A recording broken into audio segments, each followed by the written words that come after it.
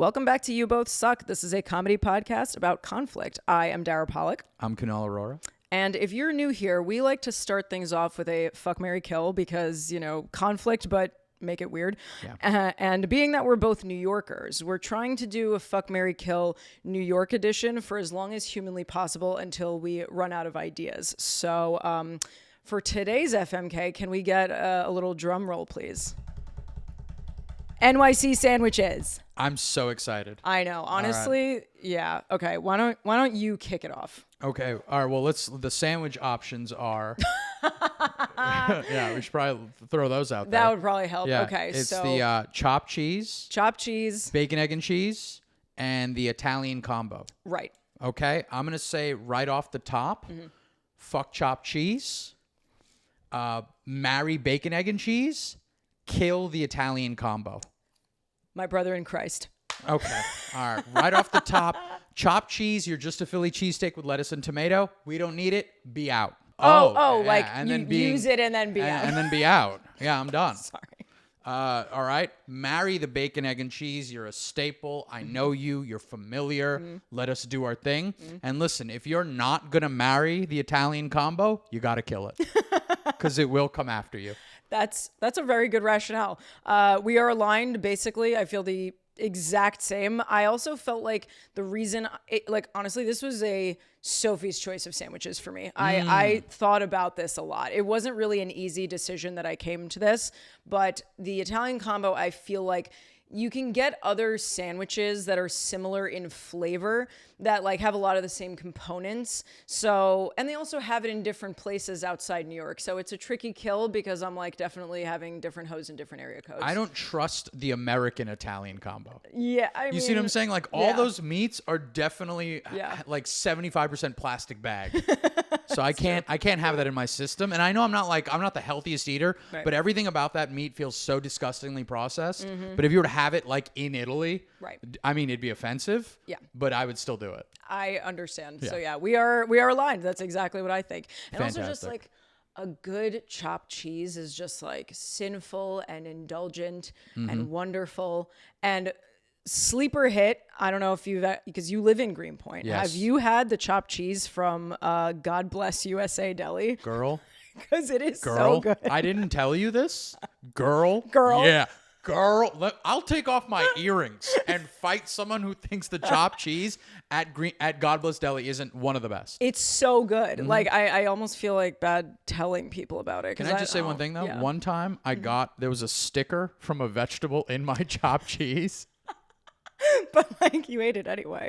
I call them and the guy yelled at his cook in Arabic. Yeah. And then he was like, "You want me to send you a new one?" I go, "Nah, man, I got to take a break from you guys." I was back 2 months later. All right. Well, that is my restaurant recommendation Yes. for today. But I also recommended one to you yesterday, actually. I called you up and I'm like, "Yo, Dara, I hate to be bothering you about this. I know it's your day, you're busy. I need some restaurant recommendations. It's date night. What do you got?" And you come in with the quickness. I did, but you also specified seafood, yes, which is typically tough for me because I'm not a big seafood person. I'm a meat and potatoes kind of gal. Same.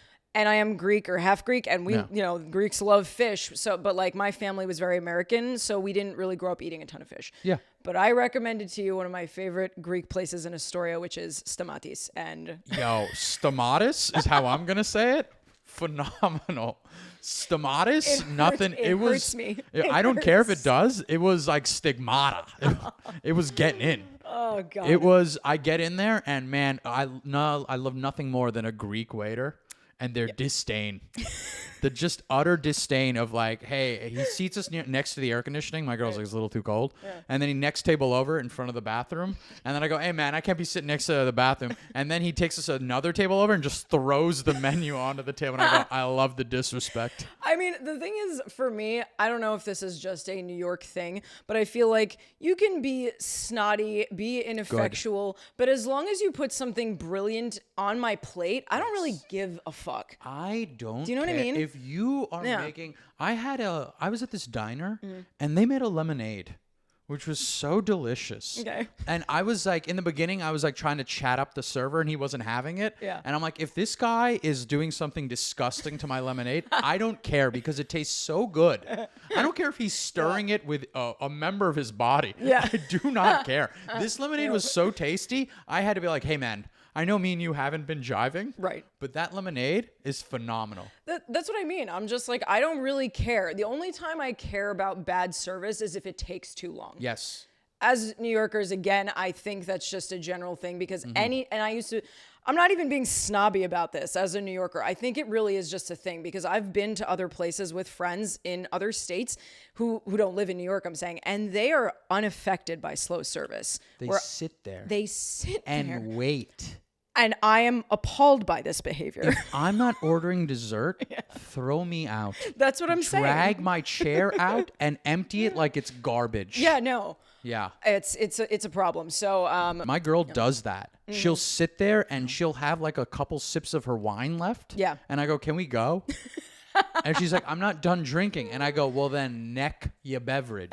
neck your beverage. I like that. Yeah, just take it down. Well, and Stamatis does also give the free dessert at the end still, Which right? I didn't see coming. And I'm going to be honest, stellar move. Yeah. And I was like, this guy upsold us Yep. on the spicy feta. Oh, yeah. Phenomenal choice. Love The that amount dip. of dip they gave us was obscene. Can you I mean, for the people who are going to see this on video, I need to Yes. see because I don't remember. I know they give big portions, but Right. what are we So talking? they have a small and a large. Okay. We got the small.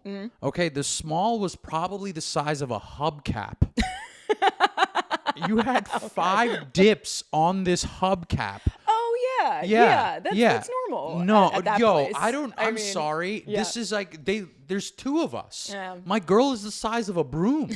Like, what do you think is happening here? I am never upset about more dips, especially in the Greek restaurant or Mediterranean Sure. restaurant. I'm never upset about it. I'm looking at I'm not as a customer. Yeah, Love it. right. As I looked at it as a business aspect. I was like, dude, you could call this the large. Don't get me wrong. Right. We took it to go. I was gonna say, as Yeah, long as yeah. you're taking your leftovers, Yes. I have no qualms about larger portions. Always take your leftovers. Amen. I Yeah. am like, I love leftovers. I love remixing them into things. Mm-hmm.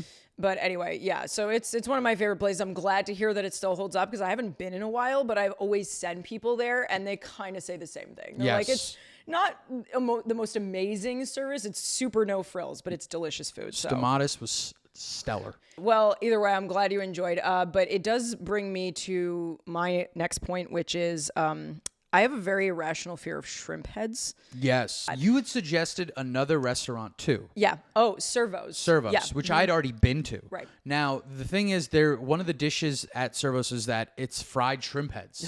Full on just fried shrimp heads. No anything else about it. And I was like, and my girl's a big seafood head. Right. And I don't know why, but I shrimp guess head? it's just, she's a big shrimp head. And we get the fried shrimp head, and I was fighting it. I was like, I don't want this. But do you eat them? Like, would you eat them? I had to. Oh, no. Yeah, I can't even do it. I was like, what do we do? You suck the juice out of the heads. No. That's This what you're one, supposed to do. you ate the whole head. Well, yeah, you could do that too, but you're supposed to suck the juice out and then you can eat because it's like crunchy and shit. I mean, Yeah. they have like The antennas. eyes were there. The eyes, I don't trust them. Yeah. They are beady Yeah. and black and just staring. Judgmental? Judgmental, I'm not having that. militant. Yeah. They're very, Okay. they're very militant. Okay, so I actually use that description for the most militant of foods, which are marshmallow peeps, another irrational hatred. Yes. They are lined up. They are They soldiers. are stuck together. They are soldiers of the Yes. Easter marshmallow category. Absolutely. I'm going to tell you right now, Militant. peeps look like they would march on Poland. That's literally the joke I used to make. Yeah. All right. Perfect. But I stopped because It's insensitive. 2023. I yeah. guess. Well, I'll But take I'm it half back. Jewish, so I feel like Jewish. I think it's fine. You can say it. I can't, but you're gonna have to give me the old. All right, you may. 100%. Yeah. 100%. But anyway, but back to shrimp heads because I could go on about fucking marshmallow peeps. I ate them, and I was I had like 2. There was 6, Yeah. and I was like, I can't do this anymore. So you didn't like them? I didn't like them. She was popping them like popcorn, and I go, People yo, love them. How? But you know what it makes me think when people eat stuff like fish heads or shrimp heads? I go, how destitute was your upbringing?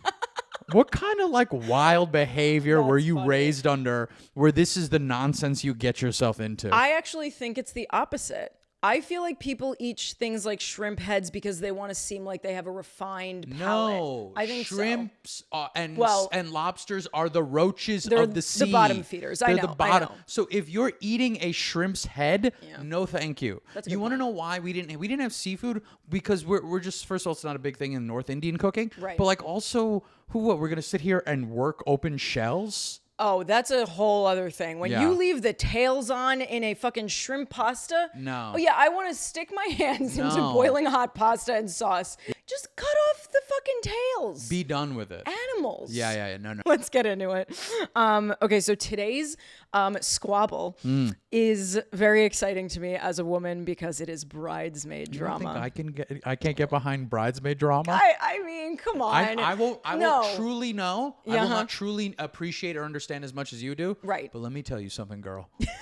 I love me some good drama. I mean, we all do. That's why Yes. we're literally here. Yes. But I really feel, before we get into it, that men cannot relate in any way to what it's like to be a fucking bridesmaid. Okay, all I'm right. sorry, but Okay. groomsmen, it's like, show up, pay $10 to rent a tux. Okay. And we're all going to maybe... $10 is really cheap, but all mean, right. I'm exaggerating, Okay, but- no, I get it. With a girl, it's like, okay, we're gonna be here at Mm-hmm. this time, and the dress is $900, and you can totally wear it again, even though you never can. Yeah, 'cause it's gross. Like, just let's just be honest, okay? Okay. Sticking to my guns on that one. I appreciate it. Let's get into it. All right, let's get into it. So, okay. So, do I suck for basically cutting ties with a college friend right after having her as a bridesmaid in my wedding? We were both in our 30s now, so we were friends for a while, but she always made me make the effort in the friendship. I always had to call her, text her, ask for plans, etc. She has all these crazy rules about texting people, not with just like guys she's dating, friends too, where she won't text you first, she won't double text, and she won't show too much enthusiasm in her texts either because she doesn't want to seem like she cares more than the person she's talking to. She's a nice person and a decent friend. Like, she's there for you when you need her and she gives good advice, but outside of that, I feel like she kind of sucks. Also, there was no falling out in person or in writing. I just decided to stop making the effort and see if she would reach out, and she just never did. So, who sucks? Okay. Yeah. Because of your, you came in strong right off the top. You're like, Yes. listen, you're never going to really know what it's like. You literally compared being a bridesmaid to giving birth, and it was a little excessive, but I respect the tenacity. Yeah. So lead off. Okay. Well, so actually, it's bridesmaid drama, but it's not really about that. You know what I mean? I think that that was the catalyst, because she was like, I had this person as a bridesmaid in my wedding, but after that, I just was like, it sounds like this person, the writer, was fed up for a while and Yes. cut ties right after. So it wasn't really as bridesmaid drama as I thought it Sure. was. Okay. Yeah, I'm like, wait, now that I think about it. But I think there's a bunch of things here, honestly. But I think the biggest one is like, how much effort do you want to be making in that friendship? Because it sounds like the writer was putting in a lot of effort and not getting it back.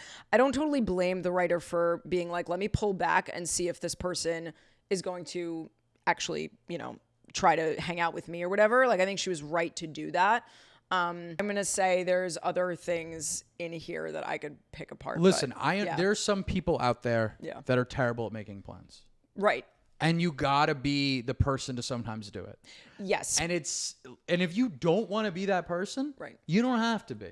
That's on you. Yeah. That's just what it is. Right. I'm listening to what this person won't text first, won't double text, doesn't Yes. want to seem like she cares more than the other person she talks to. I have a lot of and that. I think that's I've never really seen that with women.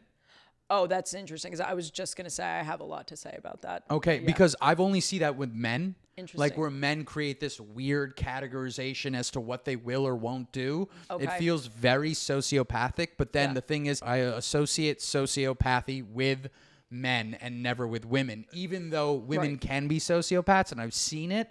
I've dated it. Yeah. So that kind of stuff. Well, so that brings me to a good point, and thank you for reminding me, because the point about like double texting or not wanting to show too much enthusiasm, like, I hate to say this, but I was this friend. Maybe Wow. hear me out. Revelations Hear me out. 2023. Hear me out, because I don't want to sound like I'm a monster. No. But there's like a reason. So, and this is what I was going to say. The overarching theme here too is like, if this person, not the writer, the friend, actually is like me as I describe it, it's on her to communicate that. Like, so my thing with not Would you have communicated that back in the day?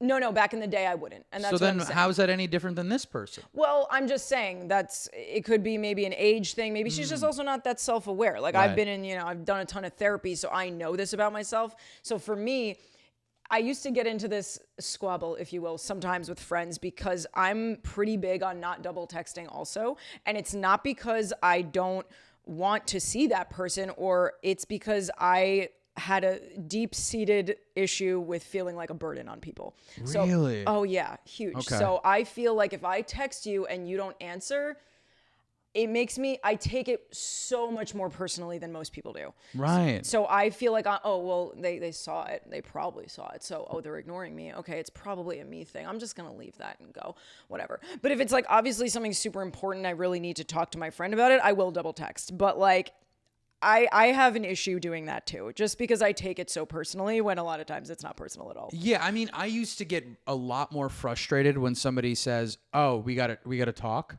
Right. You know? Oh yeah, because that sounds never good. I know, but then I just stopped associating that. Why do I have to assume that it's me? Yes. That's really the healthier way to look at it, because 100%. it's never like, unless we had a fight and then the next day or 2 days later, like, we got to talk. Right. Then I could be like, yeah, of course we got to talk. Shit went down. Exactly. But when you're saying to me, like, I've had a friend right now who's constantly said, "Oh, call me right now."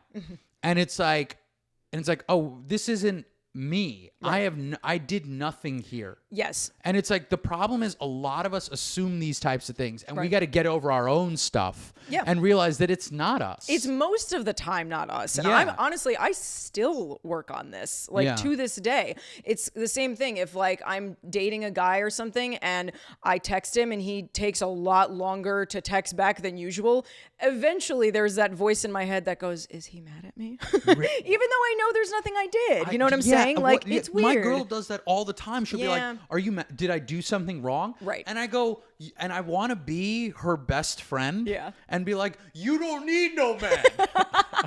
Like, I want to get like that and say this kind of stuff. It's like, girl, you never the issue. Yeah. He's the problem. He's the piece of trash. Yeah. He lucky to be with you. But then you realize you're talking about yourself, and you're like, I can't do that. Yeah. And so instead I go, no, stop thinking that. Yeah. And then she'll do other things like apologize. And I go, yo, stop apologizing. But that's what I'm saying. Can I just say, if the women who hear this, you need to stop saying sorry.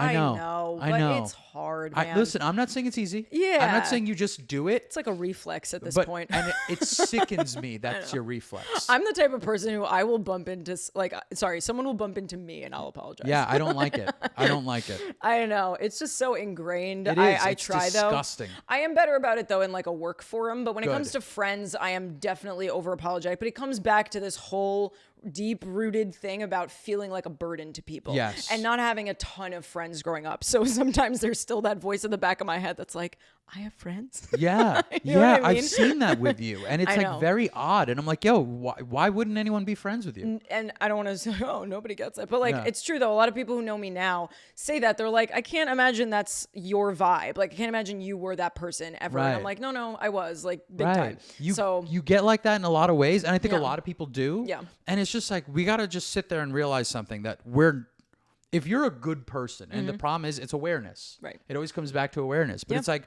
that's the thing. Nobody ever thinks about that. And I think this person won't text first, won't double text, is doing these types of things as a way to keep themselves hidden.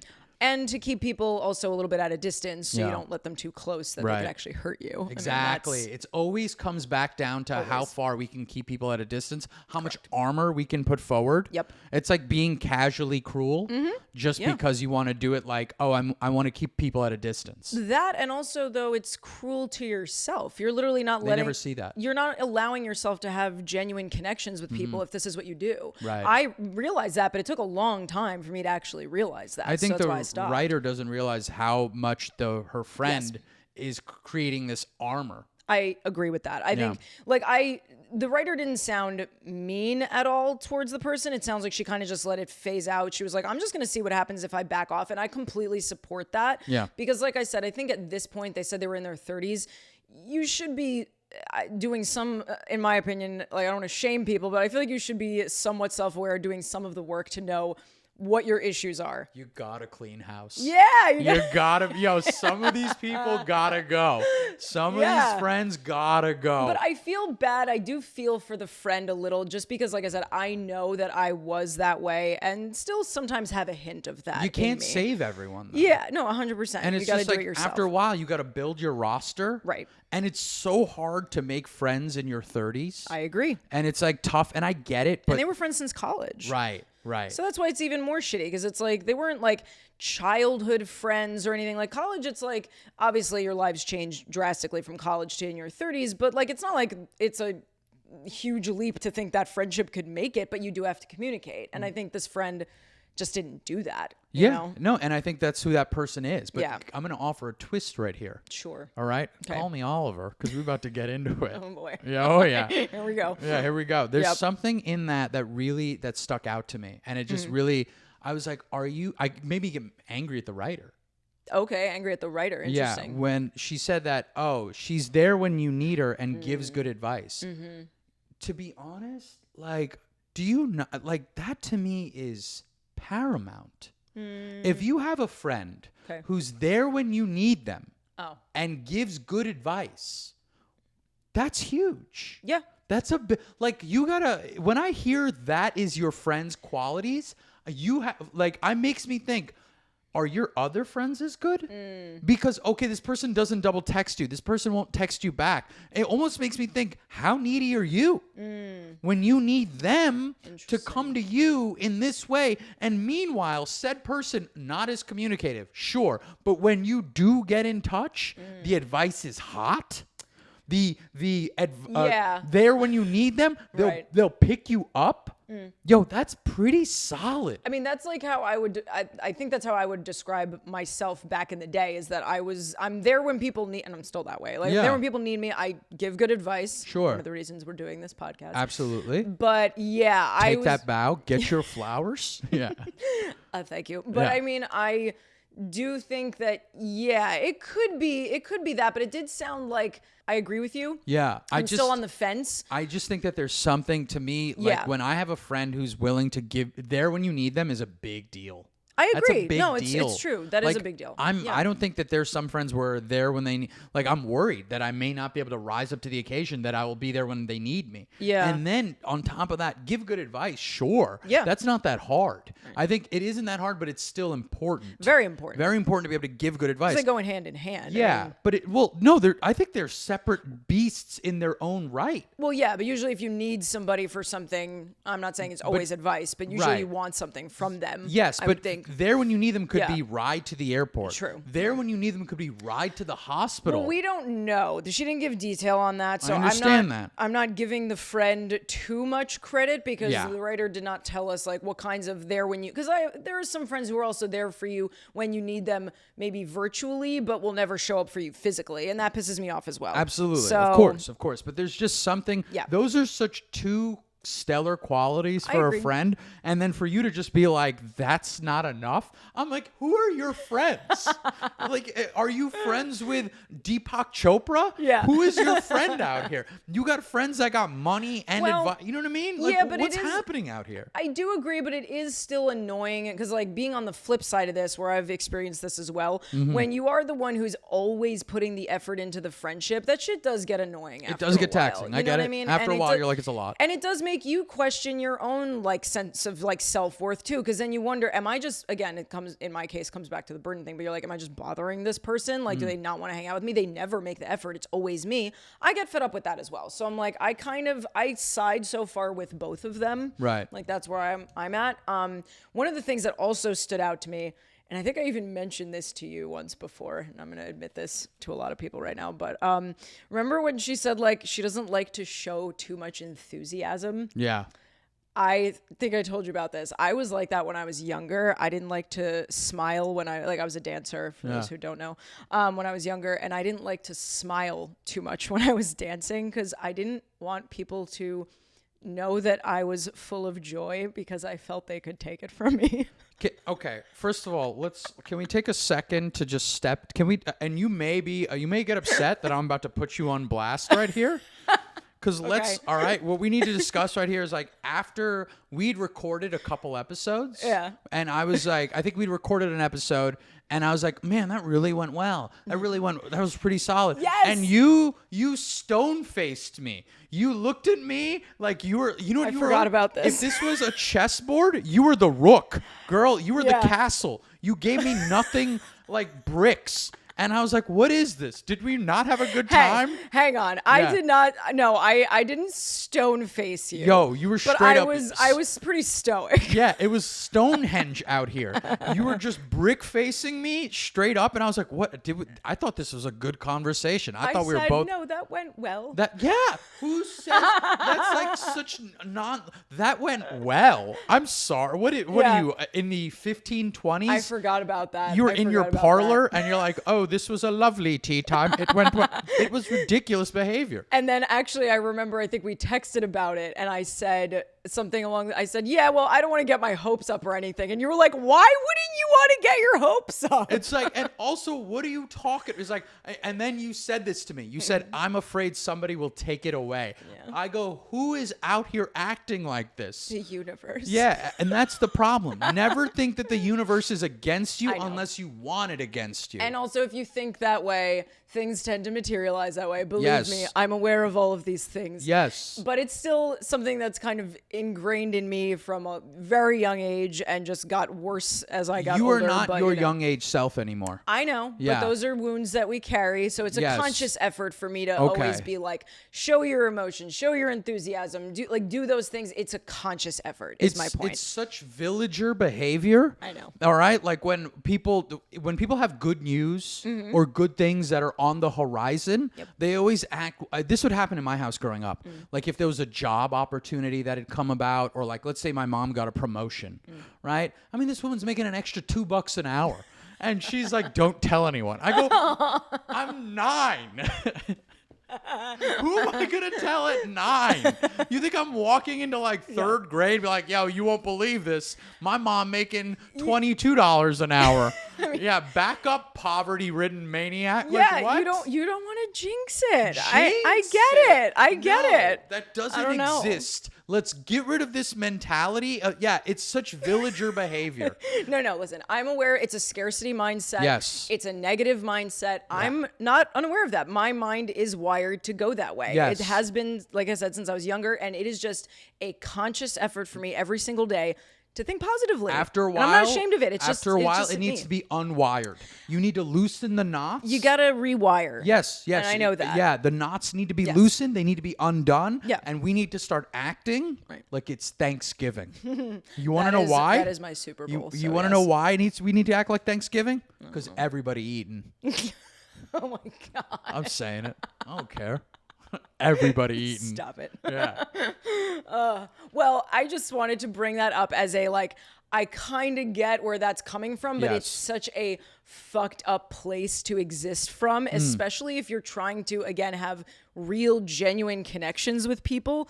You got to let that go and you got to work on that. You know what I mean? I'm, like I said, consistently working on that sort of behavior. And if I ever have a fight with a friend because of it, I, again, make sure to communicate that. So that's where the friend here is or has fucked up, is just not being self-aware and not communicating that this is just kind of how they operate. And, but after a while, are our insecurities not our things to deal with? Why do we have to make it someone else's burden? Oh, no. That's what I'm saying is I am aware of my issues. I tell my friends this stuff. Sure.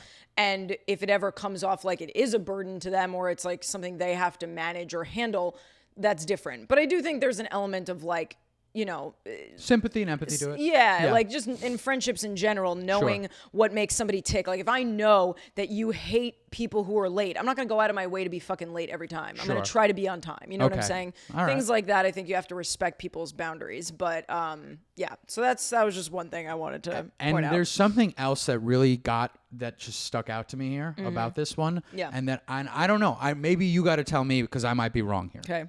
And this is something I hold against the writer. Okay. Okay. You had this. When you are a bride. Okay.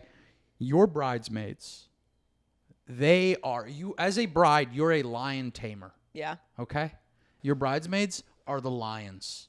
You make them jump through hoops. Yes. All right, for your wedding. Yes. Because a wedding, at the end of the day, is a show. Yep. All right? It's a circus. A lot of angry women out there, right? Yeah, and that's what it is. No, I'm with you. Yeah, it's a complete circus, a wedding. All right? And that's what it is. It's a show that the bride and the groom put on for the family and friends. Yep. That's what it is. And when you have these bridesmaids, you've inducted these people to be part of your circus. Yeah.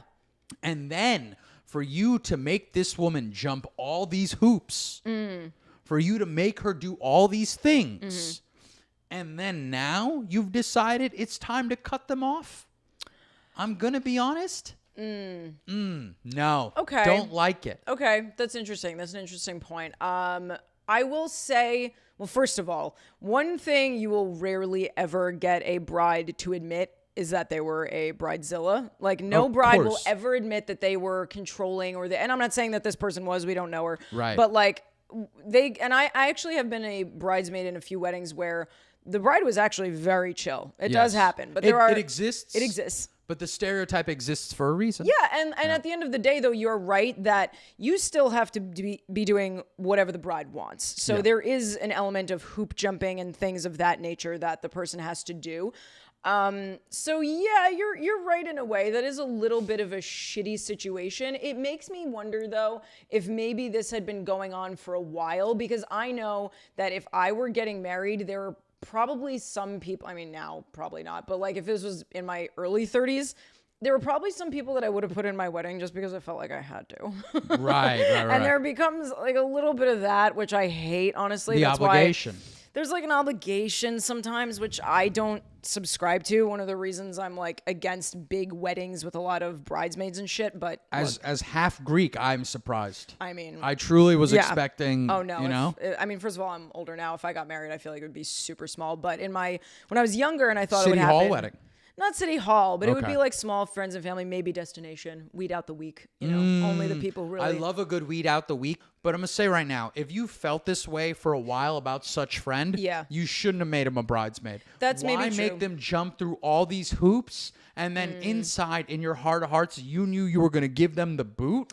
You were gonna give them that butter yellow Timberland to the butt, and you're telling me you're gonna sit here the yellow butters. Sorry, you give them the yellow butters to the ass, and then now you're gonna be like, I gotta drop this friend. Well, again, we don't know that that's exactly how it played out. That's obviously how it was written, so we can go with that. That's all we can go with, though. Yes. Again, if you're writing in people, the more detail, the better. But I do think that that's true. It is just tough, though. I mean, this is why we're doing this. Conflict is tough. People don't know how to approach it. And again, if you're not thinking of it this way, like I think they're both taking it personally. Yes. I bet you anything. Also, this friendship could be revived. I bet it can. I just think it depends on who. Well, I'm assuming since the person who wrote in cares more, but I would say like they could reach out. And I feel like it could be fixed, but it would have to be in like a delicate kind of way. Yeah, I mean, these people just may not have the tools. That's what I'm saying. I think often the times it's tools. It's usually that they don't have the tools, or they're just not like thinking about what it could be for the other person. That's what I'm always trying to think of. That's the issue too. Yeah. You're not thinking of what maybe that person's going through. It's similar to what you were saying before about when somebody is maybe quiet with us, we immediately think it's us. I think that's also a big case of what's happening here. Right. So, I don't know. Shall we jump to the judgment? I think we can. I feel like we kind of covered everything. I think we hit all the sections here. All right. I know you're ready. You're so ready, and I'm excited for you. I'm gonna have to say, because of the there when you need her, gives good advice, and then also making that person a bridesmaid, I'm gonna have to say, even though the other person has their issues too, pardon me, I'm stumbling a little bit, but I'm gonna have to lean on, and I'm going to result in a you both suck. Interesting. What are you saying? Yeah, I'm not gonna go with the you both suck today. Interesting. Okay. Yeah, I just feel like in this instance, from what I gleaned from the message, A little glomming? a little glomming. Yeah. Is that a word? I think gleam and glom are the same. Sure. Yeah. What I've taken from this message, it sounds to me more, and maybe this is just my bullshit, but I feel for the friend a bit more, meaning like I think that the friend's issue is bigger than the writer's issue. And it's her job to be a little more self-aware and communicate that. So I'm going with the friend sucks. Okay. Nice. That was me. That's just Fantastic. I mean, Yeah. listen, that's the point of this. Exactly. All right. We're not always going to agree. I think that does it for us here. Don't forget to submit yo squabbles. Yes. I really like submit. No, wait, sorry. Is it send yo squabbles? Send your squabbles, submit your squabbles. Send your squabbles is a little better. I Flows like a little. send yo squabbles. Send your squabbles in, please. Let's do that. And Yeah. you can do that via Instagram. We have like an anonymous Google form. And also, I should point out, I think when I say form, it overwhelms people. It is literally like a text box. Yo, it's one question. It's Please stop. yeah, like don't be so dramatic about it. And also, don't message me personally and tell me the squabble. Yeah. Because it's not anonymous. It's right. Somebody just sent me a long text smack talking somebody I knew. And I go, and they're like, please don't tell them. And I go, how's this going to help anybody? Yeah.